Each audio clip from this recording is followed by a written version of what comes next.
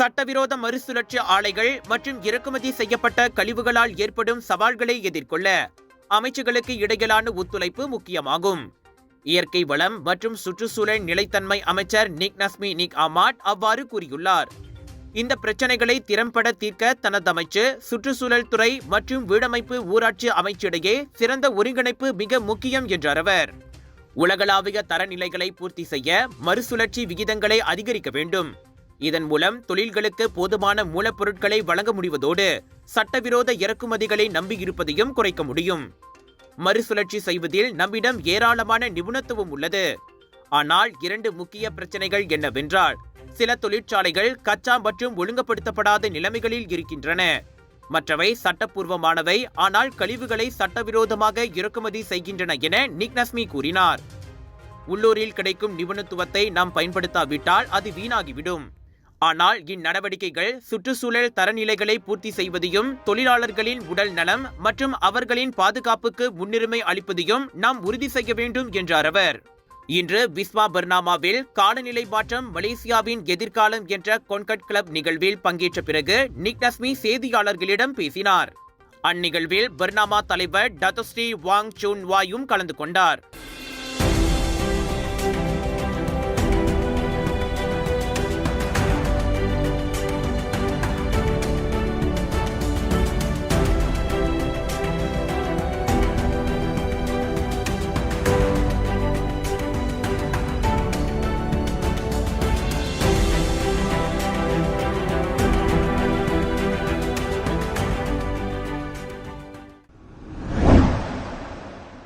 Malay மொழி சரளமாக தெரியாததால் ஆசிரியர் ஒருவர் தனது மாணவரை சீனாவுக்கு செல்லும்படி கூறியதாக கூறப்படும் வைரலான விவகாரம் தொடர்பில் கல்வி அமைச்சு விசாரணை மேற்கொண்டு வருகிறது. கல்வி அமைச்சின் உட்கட்ட விசாரணை உட்பட இந்த விவகாரம் போலீசினால் விசாரிக்கப்பட்டு வருவதாக கல்வி அமைச்சர் ஃபல்லினா சீடே கூறினார். பள்ளிகளில் ஏற்படும் இனவெறி பிரச்சனையில் ஆசிரியர்கள், மாணவர்கள் அல்லது அதிகாரிகள் சம்பந்தப்பட்டிருந்தாலும் இந்த விவகாரத்தில் கல்வி அமைச்சு சமரசம் செய்து கொள்ளாது என்பதை தாம் வலியுறுத்துவதாக அவர் தெரிவித்தார். இந்த வழக்கில் விசாரணை ஏற்கனவே நடந்து வருகிறது. விசாரணையின் முடிவின் அடிப்படையில் நாங்கள் நடவடிக்கை எடுப்போம் என்று அவர் கூறினார். புத்ராஜயாவை சுற்றியுள்ள 320 தொடக்கப்பள்ளி மாணவர்களுக்கு இன்று வர்த்தக தொகுதியில் உதவிகளை வழங்கிய பின்னர் அவர் இவ்வாறு கூறினார். முன்னதாக மலாய் மொழி புரியாததால் உயர்நிலை பள்ளி மாணவர் ஒருவரை சீனாவுக்கு திரும்பி செல்லும்படி சொன்னதாக ஆசிரியர் ஒருவர் ஒப்புக்கொண்ட ஆடியோ கிளிப் ஒன்று வைரலாகியது. அந்த மாணவரின் சகோதரர் வாக்குமூலம் அளிக்குமாறு ஆசிரியரிடம் கூறியதை அடுத்து அந்த வீடியோ வைரலாக பரவியது. ஒரு லொகேஷன், 10 ஃபெஸ்டிவல்ஸ், 100க்கும் அதிகமான பிரபலங்கள், 200க்கும் அதிகமான பூத்கள், 1000க்கும் அதிகமான போட்டியாளர்கள், 1 லட்சம் வாடிக்கையாளர்கள். மலேசியா புக் ஆஃப் ரெக்கார்ட்ஸில் the largest indoor Deepavali expo என பெயர் பதித்த கலர்ஸ் ஆஃப் இந்தியாவின் பிரம்மாண்டத்தின் உச்சம் South Asia Bollywood festival and Indian trade expo 26 மார்ச்ல இருந்து 1 ஏப்ரல் வரை சுத்ரமால் ஜோபாடு ஜோரில். எதிர்பாராததை எதிர்பாருங்கள், திரண்டு வாருங்கள். Let's create lasting memories. சர்ச்சைக்குள்ளாகியுள்ள Jalan Masjid India Devisri Bhadrakaliamman ஆலயம் உடைக்கப்படாது என DBKL உத்தரவாதம் அளித்துள்ளது. மாறாக சுமூகமான முறையில் கோயிலை இடமாற்றுவதற்கு பேச்சுவார்த்தைகள் நடைபெற்று வருவதாக குவாலலும்பூர் மேயரே கூறியிருக்கிறார். ஆனால் அண்மைய சில தினங்களாக அக்கோயிலை சட்டவிரோதமான இடமாக முத்திரை குத்தி உண்மையை திசை திருப்ப முயற்சி நடப்பது வேதனை அளிப்பதாக மஹிமா எனப்படும் மலேசிய இந்து ஆலயங்கள் மற்றும் இந்து அமைப்புகள் பேரவையின் தலைவர் டத்தோ என் சிவகுமார் கூறினார். அது சிந்தனைக்கு அப்பாற்பட்ட மற்றும் முட்டாள்தனமான கூற்று என அவர் சாடினார். 100 ஆண்டுகளுக்கும் மேலாக, அதுவும் மாநகரின் மையப்பகுதியில் வீற்றிருக்கும் ஒரு கோயில் எப்படி சட்டவிரோதமாக முடியும்? எனவே அவ்வாறு குறை கூறுவோர் வாய்க்கு வந்ததை பேசக்கூடாது. சுயமழிவு விளம்பரத்திற்காக கோயிலை இழிவுபடுத்தக்கூடாது. ஒருவேளை கோயிலுக்கு பெர்மிட்டோ அனுமதியோ வழங்கப்படவில்லை என்றால் அது அரசாங்கத்தின் தவறாகத்தான் இருக்க முடியும். காரணம், தொழில்முறை ரீதியாக அதனை பட்டா எழுதி கொடுப்பது அரசாங்கத்தின் கடமை என அவர் சுட்டிக்காட்டினார். தங்கள் வசதிக்கு குறை கூறுவோர் ஒன்றை நினைவில் வைத்துக் கொள்ள வேண்டும். இங்கு யாரும் சட்டவிரோதமானவர்கள் அல்ல. எந்த நிலமும் சட்டவிரோதமானது அல்ல. எந்த வழிபாட்டு தலமும் சட்டவிரோதமானது அல்ல. அனைத்தும் நம் முன்னோர்கள் நமக்கு விட்டு சென்ற சொத்து. மடானி அரசாங்கத்தின் கீழ் எந்த சமயத்தின் வழிபாட்டு தலமும் உடைக்கப்படாது என பிரதமர் டத்தோஸ்ரீ அன்வார் இப்ராஹிமே உறுதியளித்துள்ளார். எனவே நல்லிணக்க அடிப்படையில் கோயில் பிரச்சினைக்கு தீர்வு காண முயற்சிகள் மேற்கொள்ளப்பட்டு வரும் நிலையில் அதனை கெடுக்கும் வகையில் யாரும் கருத்துக்களை கூறி மக்களின் ஒற்றுமையை சீர்குலைக்க வேண்டாம் என டத்து சிவகுமார் வலியுறுத்தினார். எங்க வீட்ல எல்லாரும் தினமும் காலையில ரேனாயூர் வெர்ஜின் கோகனட் ஆயில குடிக்கிறோம். நீங்களும் தினமும் ரேனாயூர் வெர்ஜின் கோகனட் ஆயில குடிங்க. எப்பவுமே புத்துணர்ச்சியோட இருங்க. ஒவ்வொரு பொழுதும் ரேனாயூருடன் தொடங்குங்கள். கிறிஸ்துவ மிஷனரி பள்ளிகள் காலனித்துவ ஆட்சியின் போது நாட்டின் கல்வி முறையில் பெரும் பங்காற்றியுள்ளன.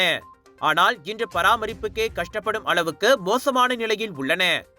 குறிப்பாக பட்டவர்த் கான்வென்ட் தேசிய பள்ளியில் மின்சார வயரிங் கம்பி அமைப்பு படுமோசமான நிலையில் உள்ளதாக மேலவை உறுப்பினர் செனட்டர் டாக்டர் லிங்கேஸ்வரன் கூறினார். இதனால் நீட்டிக்கப்பட்ட கம்பி இணைப்பை அது நம்பியிருக்க வேண்டியுள்ளது. இது அங்குள்ள 389 மாணவர்களுக்கும் ஆசிரியர்களுக்கும் ஆபத்தை ஏற்படுத்தலாம் என்பதால் அந்த வயரிங் கம்பி அமைப்பை பழுது பார்க்க அப்பள்ளிக்கு உடனடி நிதியாக 9 லட்சம் ரிங்கேட் ஒதுக்கப்பட வேண்டும் என லிங்கேஷ் கேட்டுக்கொண்டார். இவ்வேளையில் சென்ட் மார்ட் பட்டவர்த் தேசிய பள்ளியில் கட்டட அமைப்பு மோசமான பாதிப்பை ஏற்படுத்தியுள்ளது. இதனால் ஒரு பிளாக் கட்டடம் மூடப்பட்டு வகுப்பறைகளுக்கு பற்றாக்குறை நிலவுகிறது. பள்ளினங்களை சேர்ந்த 211 மாணவர்களின் கற்றல் கற்பித்தல் நடவடிக்கை பாதிக்கப்பட்டுள்ளது. ஆக மாணவர்களின் பாதுகாப்பை கருத்தில் கொண்டு அப்பள்ளிக்கு உடனடியாக 8 லட்சம் ரிங்கெட்டை அங்கீகரிக்க வேண்டும். அவ்விரு பள்ளிகளும் நிதி கேட்டு கல்வி அமைச்சிடம் விண்ணப்பித்துள்ளன. ஆனால் இதுவரை பதில் இல்லை என லிங்கேஷ் சுட்டிக்காட்டினார். Pada waktu sama, saya juga ingin menyatakan bahawa Sekolah Kebangsaan Saint Mark Batut yang ditubuhkan pada tahun 1885 mengalami masalah kritikal apabila sebuah blok bangunannya terpaksa ditutup akibat kerosakan struktur yang serius. Ini menyebabkan kekurangan bilik darjah, menjejaskan pembelajaran 211 murid dari pelbagai kaum. Kos pembaikan dianggarkan sebanyak RM800,000 dan saya berharap kerajaan dapat menyegerakan peruntukan ini bagi memastikan keselamatan dan keselesaan murid-murid sekalian. Saya ingin menegaskan bahawa kedua-dua sekolah ini telah membuat permohonan peruntukan kepada Kementerian Pendidikan Malaysia tahun lepas dan juga tahun ini. Namun sehingga kini tiada sebarang maklum balas. Saya menggesa Kementerian Pendidikan mengambil serius perkara ini kerana ini melibatkan keselamatan serta hak pendidikan kanak-kanak kita. இவ்வேளையில் Penang Hindu அறப்பணி வாரியத்திற்கும் மத்திய அரசு நிதி ஒதுக்க வேண்டும் என அவர் கேட்டுக்கொண்டார். இந்த ஈராண்டுகளில் ஏழை மாணவர்கள், குறைந்த வருமானம் பெறும் குடும்பங்கள், முதியவர்கள் என சுமார் 1100 பேருக்கு உதவுவதற்காக 9,06,425 ரிங்கெட் செலவிடப்பட்டுள்ளது. ஆனால் அவை அனைத்தும் பொதுமக்களின் நன்கொடை மற்றும் மாநில அரசின் நிதி உதவிகளை மட்டுமே நம்பி மேற்கொள்ளப்பட்டு வருகிறது. மத்திய அரசின் கீழ் இயங்குவதால் அறப்பணி வாரியத்துக்கு ஆண்டுதோறும் குறைந்தது 5 மில்லியன் ரிங்கெட் நிதியை ஒதுக்குவது குறித்து அரசாங்கம் பரிசீலிக்க வேண்டும் என லிங்கேஷ் பரிந்துரைத்தார். 20.19 பில்லியன் ரிங்கெட்டை உட்படுத்திய 2025 கூடுதல் வரவு செலவு அறிக்கை தொடர்பில் மேலவையில் நடைபெற்ற விவாதத்தில் பங்கேற்று பேசிய போது டாக்டர் லிங்கேஸ்வரன் அவ்வாறு கூறினார்.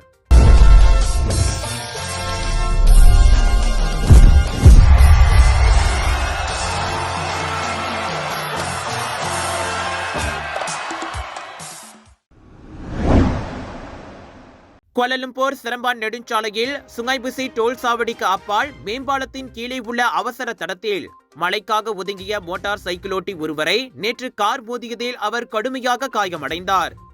76 வயதான அந்த மோட்டார் சைக்கிள் ஓட்டுநர் சம்பந்தப்பட்ட இந்த விபத்து குறித்த காணொலி நேற்றிரவு மணி 8:40 அளவில் சமூக ஊடகங்களில் வைரலானதாக கோலாலம்பூர் போக்குவரத்து விசாரணை மற்றும் அமலாக்கத்துறையின் தலைவர் துணை கமிஷனர் முகமது ஜம்சூரி முகமது இசா தெரிவித்தார்.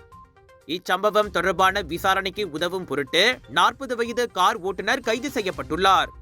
முதற்கட்ட விசாரணையில் ஒரு மோட்டார் சைக்கிள் ஒரு கார் பின்னால் இருந்து மோதுவதற்கு முன்பு மலைக்கு ஒதுங்குவதற்காக மேம்பாலத்தின் கீழ் அவசர பாதையில் நிறுத்தப்பட்டது. இதனைத் தொடர்ந்து மோட்டார் சைக்கிள் ஓட்டுநர் தலையில் பலத்த காயமடைந்ததால் சிகிச்சைக்காக கோலாலம்பூர் பொது மருத்துவமனைக்கு கொண்டு செல்லப்பட்டார். 1987 ஆண்டின் சாலை போக்குவரத்து சட்டத்தின் 42வது பிரிவு 1 கீழ் இந்த விபத்து தொடர்பாக விசாரணை நடத்தப்பட்டு வருவதாக இன்று வெளியிட்ட அறிக்கையில் முகமது ஜம்சூரி தெரிவித்தார். முதலீட்டு பணத்தை மீட்க முடியவில்லையா? கடன் கொடுத்து மாட்டிக்கொண்டீர்களா? அணுகுங்கள் S7 Recovery.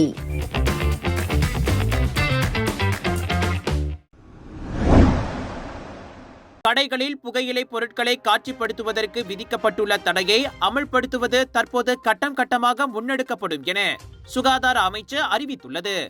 இந்த தடையானது ஏப்ரல் 1ஆம் தேதி முதல் நடைமுறைக்கு வர திட்டமிடப்பட்டதோடு இதனால் புகையிலை பொருட்களின் தயாரிப்புகளை விற்கும் 51,000த்திற்கும் மேற்பட்ட கடைகள் பாதிப்புகளை எதிர்நோக்கும்.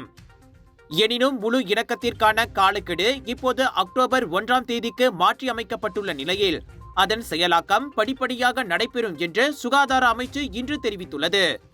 பிற நாடுகளில் இதேபோன்ற செயலாக்கங்களின் செயல்திறன் மற்றும் நடைமுறை தன்மையை கருத்தில் கொண்டு இந்த தடையை செயல்படுத்துவதற்கு மிகவும் பொருத்தமான முறையாக கேன்வாஸ் அட்டைகளுக்கு பதில் மூடப்பட்ட பெட்டிகளை பயன்படுத்தி வருகின்றனர். இந்த நடவடிக்கை மறைமுக விளம்பர நடவடிக்கைகளை தடுப்பதற்கு முக்கியமாக இருக்கும் என்பதோடு புகையிலை பொருட்களை காட்சிக்கு வைப்பதற்கான தடையின் நோக்கத்திற்கு எதிராக இருக்கும். எனவே மூடப்பட்ட அலமாரிகள் விவரக்குறிப்புகளின்படி நிறுவப்படுவதை உறுதி செய்ய சுகாதார அமைச்சு சில்லறை விற்பனையாளர்களுடன் தொடர்ந்து பணியாற்றும். காலப்போக்கில் இதற்கான இணக்கம் தீவிரமாக கண்காணிக்கப்பட்டு இந்த செயல்முறை அக்டோபர் 1ஆம் தேதிக்குள் முழுமையாக நிறைவடையும் என்று எதிர்பார்க்கப்படுவதாக சுகாதார அமைச்சு வெளியிட்ட அறிக்கையில் தெரிவித்துள்ளது.